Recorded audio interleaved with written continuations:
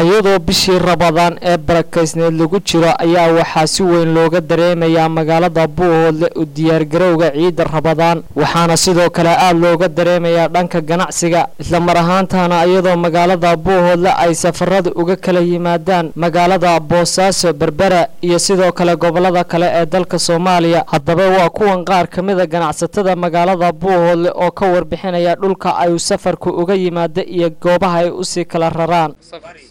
bariga iyo sida kale wajaale meelo badan soo nooga yimaado oo maarta qorbaha kamid ah oo madalkaba Dubai marka waxaan ku bishaaranaynaa iideeda wanaag iyo barqad iyo dadka Soomaaliya meel kasta ay joogaanba inaan ugu bishaarayno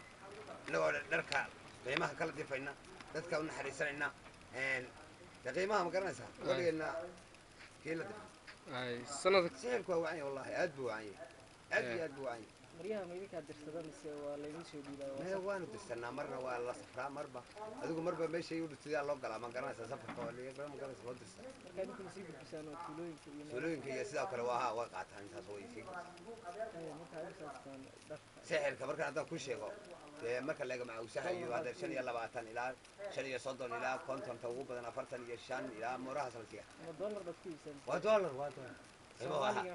Soomaaliga waa laftiisa waa lagu iibinayaa la waa loo rogayaa sabab rog buu leeyahay qiimaha loo rogayaa magaalada Buuhoodle marka waxa weeyaan xilliga Ramadaanka la iibinayay dharka iyo alaabooyinka kale baqaradaba maxay afrooyinka loogu talagalo marka anagu waxaan iibinaa dharka waxaan haysanaa carruur bilan marka dharku sida ii weydiisay wuxuu nooga yimaadaa meelo kala duwan oo kamid ah gobolada Soomaaliya iyo dibadiisa labadaba marna waan dirsanaayo dad maxay wakiilaba noo soo dira marna anaga raadsano mashqadaha iyo xamarka iyo sidoo anaga raadsano soo naqashano ileeda iido kale anaga raadina xagga wakiilba inuu soo iibiyo alaabada wakiilada noo jooga meel kasta oo noo jooga Boosaaso Hargeysa Dubai iyo Nairobi oo dadka qaar dadku khalad bay fahansan yihiin shayga waxaan laga soo siiyaa dollar مثلاً شيء درسين كنا لقى صوصية أما كرتون كنا لقى صوصية $200 مركا عن شيء أقرب إنه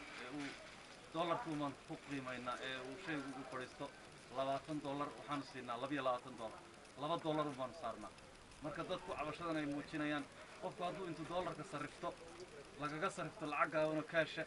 وهذا ويشي هذا كويسه waxaa loogu dhufanaya gacanta dambe marka waxaan dadweynaha u sheegaynaa inay sarfigu waa dollar baan soo siinaa $2 baan saarnaa dadkana $2 aan saaran marka siinayna hadduu se qofku lacagta soo sarifto oo 2 milyan iyo 100 loogu sarifo hadhow isagoo cash sita marka meheradii kala tagay eragay waxaa loogu dhufanaya 2 milyan iyo 300 saasaa lacagtiisi ku yaraanaysa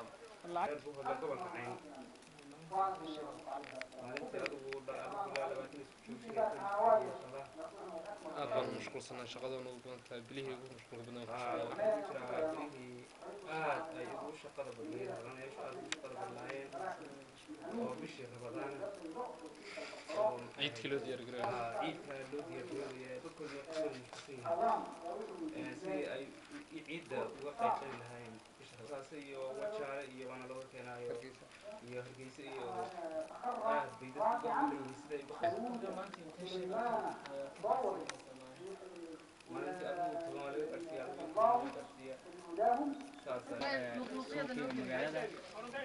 لا ما أنتي وشلي